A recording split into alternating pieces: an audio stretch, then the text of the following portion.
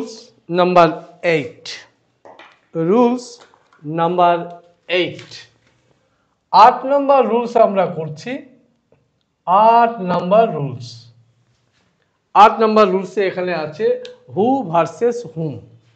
এই who এবং versus whom থেকে একটা প্রশ্ন, একটা বা দুটো প্রশ্ন আসবেই যে কোনো পরীক্ষায়, SSC, CGL, CHSL, MTS, CPO, অন্যান্য যে সমস্ত স্টেট লেভেল যে এক্সামগুলি আছে সেখানে। অর্থাৎ এটা তুমি ভালো করে জানতে পারলে তোমার কোনো সমস্যা বা প্রবলেম হবে না। তুমি একটা বা দুটো, কখনো কখনো তিনটে প্রশ্নও এসে যায়। এটা তোমাকে ভালো করে জানতে হবে।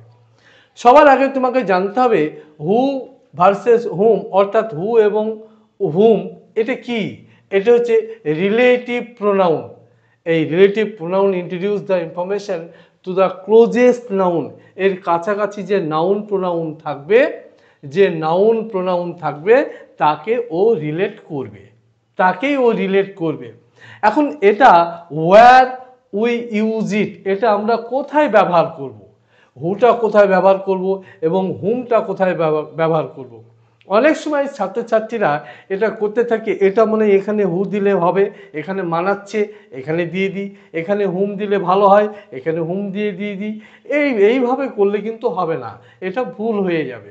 সেই জন্য তোমাকে যেটা করতে হবে, এর পারফেক্ট ইউজটা তোমাকে জানতে হবে। হু হচ্ছে সাবজেক্টিভ কেস, হু হচ্ছে সাবজেক্টিভ কেস, এটা খুব ভালো করে জানতে হবে। সাবজেক্টিভ কেস কি না, আই, ইউ, হি এবং শি, দে, এরা হচ্ছে personal pronoun referring to the subject. এরা সবসময় সাবজেক্টকে মেনশন করবে। সবসময় কাকে মেনশন করবে না, সাবজেক্টকে মেনশন করবে। এটা তোমাকে জানতে হবে। সবসময় কি করবে, রেফারিং টু দ্য সাবজেক্ট। তাহলে হুম, হুম হচ্ছে অবজেক্টিভ কেস, হুম সবসময় অবজেক্টিভ কেস। তাহলে হিম, হার, আস, দেম, মি এরা সবসময় অবজেক্টিভ কেস হবে। আর এরা রিসিভার দ্য অ্যাকশন, অ্যাকশনকে রিসিভ করবে। এটা তোমাকে ভালো করে কিন্তু জানতে হবে। আমরা একটা জিনিস খুব ভালো করে জানতে হবে যে a subject can not comes without a verb. একটা সাবজেক্ট ভার্ব ছাড়া আসতে পারবে না বা হতে পারবে না। And a verb can not come without a subject. একটি ভার্বও কিন্তু সাবজেক্ট ছাড়া আসবে না।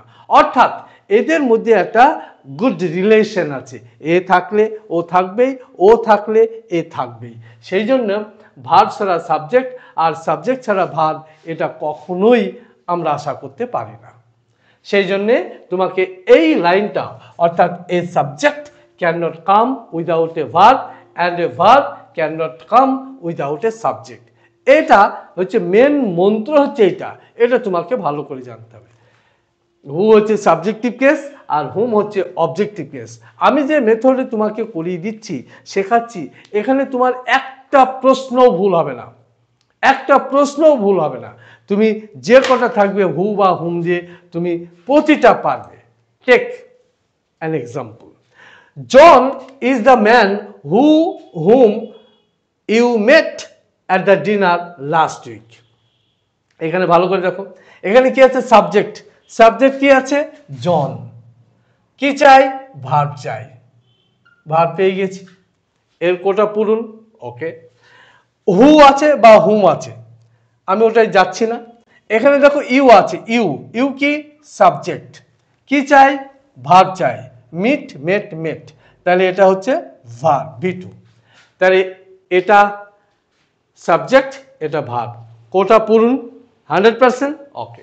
তাহলে এখানে অবশিষ্ট থাকলে কি, হু বা হুম। তাহলে এখানে যদি আমি হুম নেই তাহলে কি, হুম হচ্ছে সাবজেক্টিভ কেস। তাহলে কি চাইবো, ভার্ব চাইবো, ভার্ব আছে কি, নেই। তাহলে কি হবে, হুম। কেমন লাগলো? It's a very easiest method. আশা করি তুমি ভালো করে এনজয় করছো ক্লাসটা এবং ভালো করে দেখতে থাকো। নেক্সট, দ্য বয়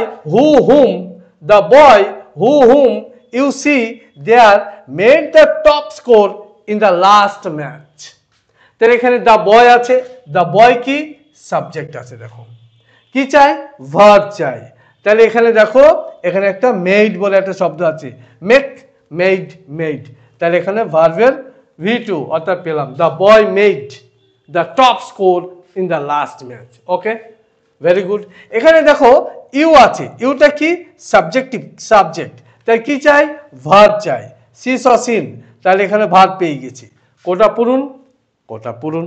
তাহলে এখানে তুমি হুম দেবে না হু দেবে, তাহলে এখানে দেখো হু দিলে তোমাকে কি করতে হবে ভার্ব দিতে হবে। হু হচ্ছে সাবজেক্টিভ কেস, তোমাকে who is, who was, who have এই সমস্ত, কিন্তু হু উইল তাহলে সাবজেক্টিভ কেস তোমাকে ভার্ব দিতে হবে। তাহলে এখানে এটা হচ্ছে না, কোনটা হচ্ছে হুম। ইজিয়েস্ট মেথড কি না? ওকে, কোটা পূরণ 100%। ওকে, নাও এবার দেখো Ali is my friend who is a teacher. Ali is my friend, এখানে দেখো আলী কি আছে সাবজেক্ট, ইজ কি আছে ভার্ব, ইজ মাই ফ্রেন্ড। এবার কি আছে হু, হু মানে কাকে মডিফাই করছে মাই ফ্রেন্ড, অর্থাৎ হিকে মডিফাই করছে, আলীকে মডিফাই করছে। কি আছে ভার্ব আছে, who subjective case verb, quota পূরণ, কোটা পূরণ। No problem, no problem. And last example দেখো the person whom help him is my old friend।